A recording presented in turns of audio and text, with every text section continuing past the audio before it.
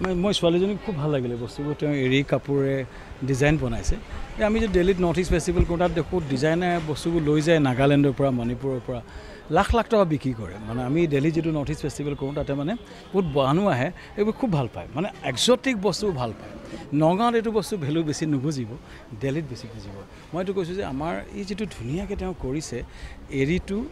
কালাৰটো কৰি তেওঁ কিছুমান লকেট বনাইছে আৰু মই নগাঁও কলেজৰ এইটো খুব ভাল পাইছোঁ এই পদক্ষেপটো যে আমাৰ নিজৰ বস্তুকে মই এটা কথা ক'ব বিচাৰিছোঁ আমাৰ নগাঁৱৰ ছোৱালী আমাৰ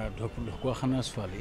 ইনষ্টাগ্ৰামৰ দুনিয়াত কাপোৰবোৰ ডিজাইন কৰি বিকি লাখ লাখ টকা ইনকাম কৰি আছে চ' পৃথিৱীখন সলনি হৈ গৈছে চ' এতিয়া আমাৰ এৰী মুগা প্ৰডাক্টটো আমাৰ বস্তু বাহিৰত লৈ যাব লাগে আমাৰ বহুত মানে আকৌ কৈছোঁ আমাৰ ইয়াত টকা পইচা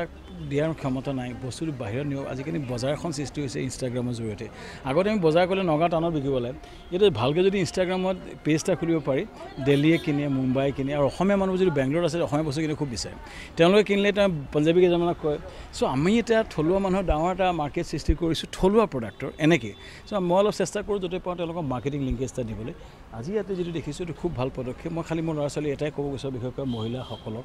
যে আমাৰ এৰীটো আমাৰ সূতাখিনি ডিজাইন হওক বজাৰ অনুসৰি মাৰ্কেট অৰিয়েণ্টেড হ'ব লাগে যেতিয়া মানে বজাৰ য়ং ল'ৰা ছোৱালীৰ কাৰণে যদি বজাৰটো বনাই দিব পৰা যায় ইটছ এ বিগ মাৰ্কেট চ' আজি এই ষ্টেপটো মই খুব ভাল পাইছোঁ নগাঁও কলেজত প্ৰথমবাৰৰ বাবে আহিছোঁ প্ৰফেচৰ এণ্ড প্ৰেক্টিছ হিচাপে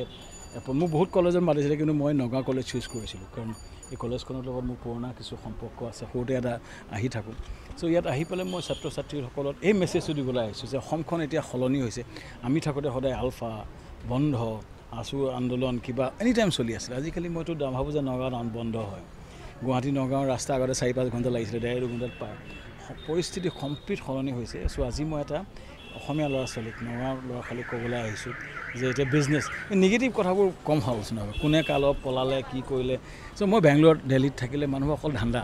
কেনেকৈ বিজনেছ কৰিব পাৰি কি কৰিব পাৰি ক'ত কৰিব পাৰি এই মাইণ্ডছেটটা হোৱাৰ এটা প্ৰক্ৰিয়া হোৱাটো বিচাৰিছোঁ আজি মই প্ৰফেচন প্ৰেক্টিছ হিচাপে মই এটাই চেষ্টা কৰিছোঁ যে ট্ৰেডিং কৰক স্কেমিং নকৰিব সেইটো কথা ক'বলৈ আহিছোঁ কষ্ট কৰি ইনকাম কৰক নিজস্ব প্ৰডাক্ট টুৰিজিম মই টুৰিজিমৰ কথা ক'ব কৈছোঁ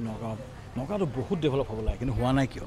কাৰণ ক'ৰবাত ভুল আছে এই ভুলটো হৈছে যে এটা বিজনেছ মেণ্টেলিটি অসমত নগাঁৱত আনিব লাগিব এই সম্পৰ্কে আজি মই ক'লোঁ আকৌ আহিম আৰু মই লাগি থাকিম এই ক্ষেত্ৰত আজি নগাঁও মহাবিদ্যালয়ৰ বাবে এটা গুৰুত্বপূৰ্ণ দিন নগাঁও কলেজ স্বায়ত্তশাসিত হিচাপে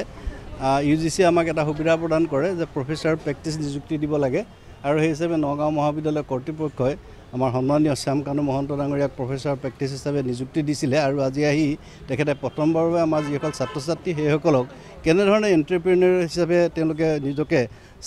নিজকে গঢ়ি তুলিব পাৰে বা এনেকুৱা ব্যৱসায়ৰ কি কি ক্ষেত্ৰ আছে পৰ্যটনকে ধৰি হোটেল ব্যৱসায় বিভিন্ন ধৰণৰ ব্যৱসায় এইখিনি বিষয়ে ছাত্ৰ ছাত্ৰীক অৱগত কৰিলে আৰু আজি ভাবিছোঁ আমাৰ যিসকল ছাত্ৰ ছাত্ৰী এই অনুষ্ঠানত আছিল সেইসকল বিশেষভাৱে উপকৃত হ'ব আৰু তেওঁলোকে উদ্যোগী হিচাপে নিজকে প্ৰতিষ্ঠা কৰিবলৈ সক্ষম হ'ব